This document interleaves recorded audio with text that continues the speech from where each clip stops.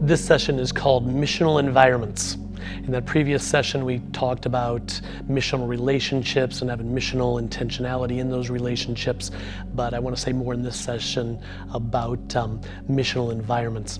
There's a lot of different relational environments around us all the time. Whether that's sports or outdoors or parks or beaches or hobbies, school events, work projects, coffee shops, restaurants. People are living a lot of life around us in all these relational spaces, okay? So many times, churches think to be on mission or to become more missional, more fruitful in these ways, they've got to add a bunch of things to their schedule, start a bunch of new things. It's not that. It's not a bunch of new programs or organizing a bunch of new events. It's just being intentional in the relational environments where we're already living life, okay? People around us all over our city are already doing these things.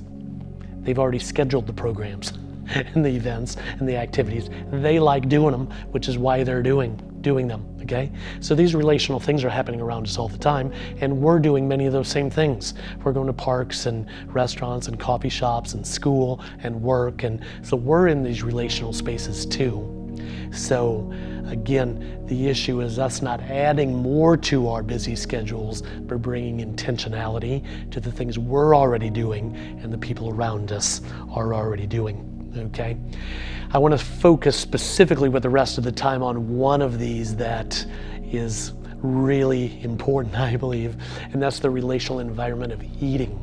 Okay, we do it every day. We do it many times every day, usually.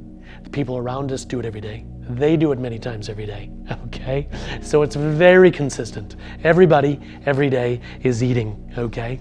Guess what? Jesus loved this too.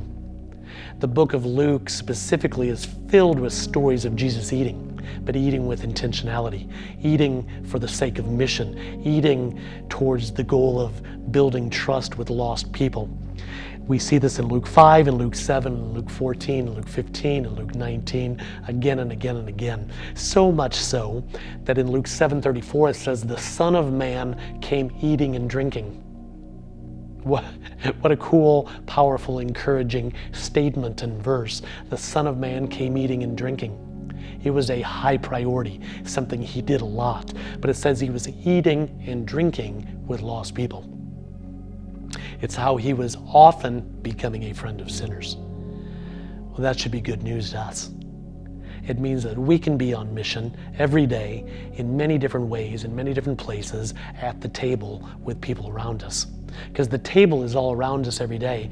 It's at home, your kitchen table, but it's also at work, at the lunchroom table, or at school at the lunchroom table, or at the park at the picnic table, or at the sporting event, at the hot dog stand, tables all around us all the time. People engaging in food and enjoying food and living life around food and relating around food.